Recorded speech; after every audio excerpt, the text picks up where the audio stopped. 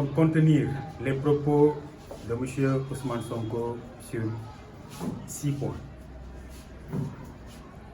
Pour le premier point, M. Ousmane Sonko reconnaît avoir fréquenté la structure Sweet Beauté. Comment un responsable comme Ousmane Sonko peut-il laisser ces femmes, ces gardes rapprochés, à leur insu pour se présenter dans une structure comme Sweet Beauté? Et pour le seul prétexte, c'est qu'il a eu des mal de dos. Et nous savons tous, aussi bien qu'Adji Sarr que sa patronne, ne sont pas qualifiés pour faire le travail d'un kinésithérapeute. Donc rien que cela ne discute pas le sieur Ousmane Sonko. Toujours dans les interrogatoires du juge d'instruction, M. Ousmane Sonko ne se rappelle plus de la date où il a été à Sweet Beauté avec Adji Sarr. Donc il a accusé de viol. Toujours dans ses propos, M. Ousmane Sonko a refusé de répondre à la question du juge sur ses relations sexuelles avec Adji Sarr. Je pense Ousmane Sonko, s'il était blanc comme neige, aurait pu répondre correctement, convenablement au juge. Mais tel en est le cas. Et en français, les Français disent qui ne dit rien consent. Donc aujourd'hui, rien que cet acte prouve que M. Ousmane Sonko a bel et bien eu des rapports supposés sexuels avec la demoiselle Adji Sarr. Pour le quatrième point, il s'agit donc du test ADN.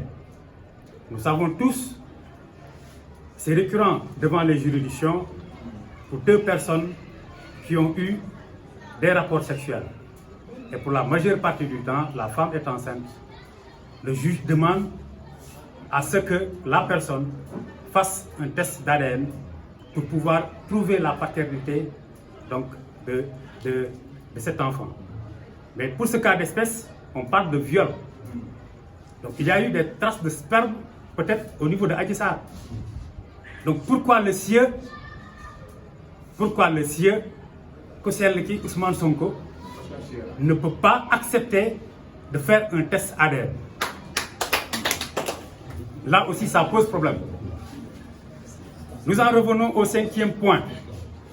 Toujours selon Oscar Sierra, le sieur Ousmane Sonko, pour divertir comme toujours les Sénégalais, pour amoublir sa séquence théâtrale, Ousmane Sonko dit qu'il va porter plainte contre le procureur Bassirou Gueye. Nous disons encore une fois au sieur Ousmane Sonko de cesser de divertir les Sénégalais. Nous n'avons pas le temps pour les enfantillages. Nous sommes dans une rampe de développement du Sénégal avec son Excellence le Président de la République, Macky Sall. Donc aujourd'hui, il faut qu'il sache que le temps de la justice n'est pas son temps à lui. Et tôt ou tard, qu'il ne se lasse pas. La vérité, la loi sera dite, Inch'Allah.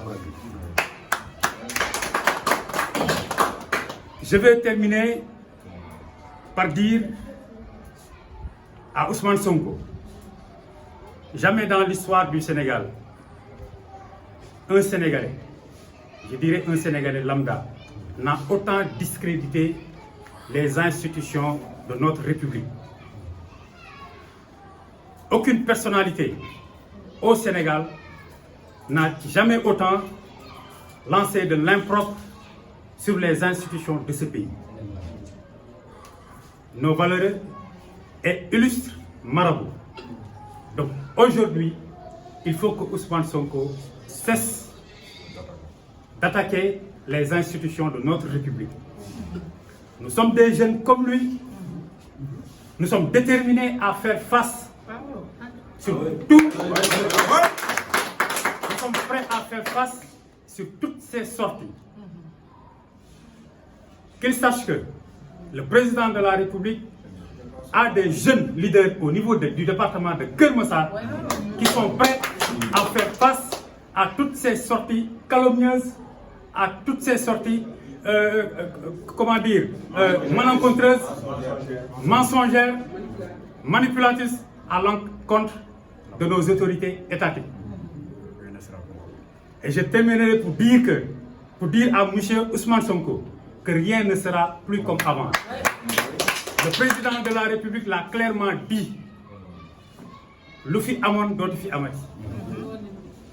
Donc il faut que ce soit clair dans sa tête. Justice sera faite. Ousmane Sonko n'est pas plus justifiable que Sitor Ndour. Pourtant, il est de la mouvance présidentielle. Lorsqu'il a eu des accointances avec la justice, mais il est allé répondre à la justice. Khalifa Sall, pour ne citer que cela. Est-ce qu'aujourd'hui, Ousmane Sonko est un extraterrestre pour nous faire comprendre qu'il est aussi important jusqu'à ce que la justice le convoque et qu'il ne daigne pas continuer ou accomplir toutes les procédures qui laveront son honneur ou qui le conduiront à la prison. Donc, à M. Ousmane Sonko, nous lui dirons que son théâtre est désormais fini. Nous, les jeunes leaders républicains du département de Keur Massar, sommes prêts à occuper le terrain, à faire face à ses partisans sur le terrain et aussi pour donner le deuxième quinquennat à son excellence le président de la République. Et j'en profite pour demander à son excellence le président de la République que nous réitérons la demande d'audience que ces valeureux jeunes lui demandent, afin que nous puissions s'asseoir autour d'une table et discuter des véritables problèmes du département de Keur Massar.